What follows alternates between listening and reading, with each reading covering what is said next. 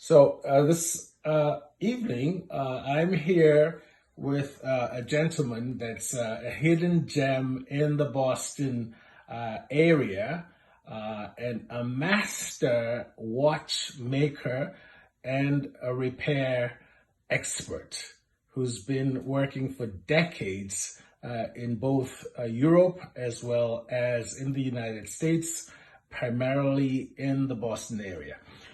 So I am going to basically have a little bit of a conversation with him to understand what exactly it is that he does and how come we're so fortunate to have him in our midst.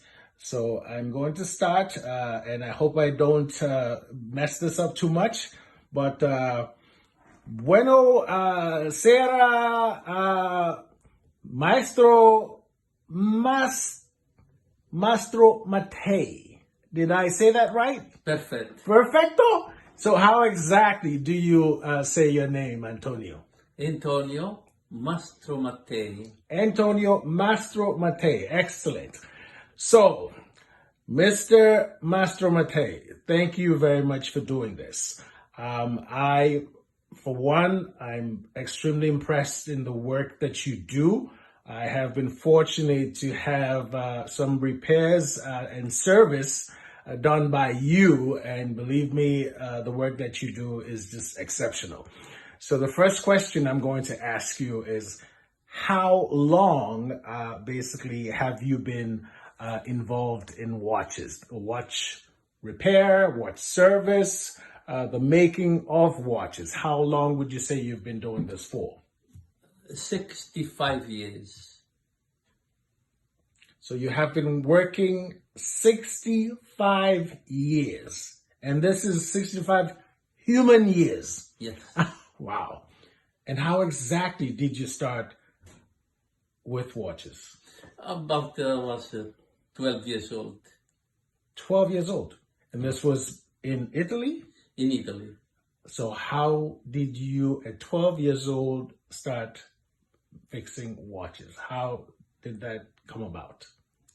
I was interested in this art, and I ordered many books, and then I proceeded with the engineering school in the mechanical field, and I continued in watchmaker.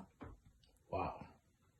So for over 65 years, you have been working with watches. And what sort of watches in particular? I know I'm in your studio workspace and I'm seeing some very, very complicated watches. And so how extensive is your expertise and knowledge in watch repair and making? I see Audemars Piguets, I see Rolex, I see, oh my goodness, Breguet, I see all kinds of stuff around you. What is it that makes you tick? What is it that you love? What brands in this fine watchmaking? Rolex. Rolex. Yeah. Yes, and I also see all sorts of awards and certificates from Rolex. So you have why Rolex? Why Rolex?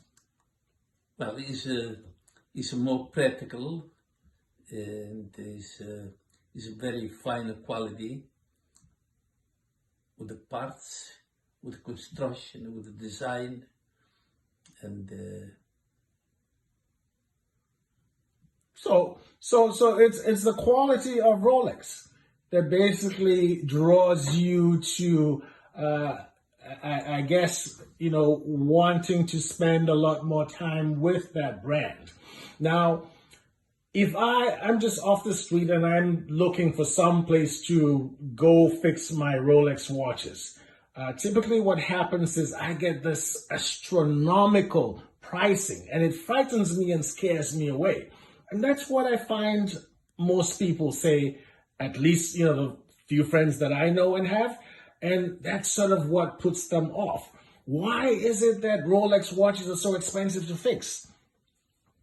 Is it the parts? Is it the amount of time spent on the watch itself? What is it? Why do we have to spend so much in fixing the Well, watch? it's the quality, the metal they use, Ah, the precision they use, the durability, and this is all of the. those are all the price. all the components. Oh yeah, I see. Very good. And so, if I had to, for example, if I decided I wanted to buy a Rolex watch, what's a good beginner Rolex watch? They're not too expensive. What would you suggest I buy?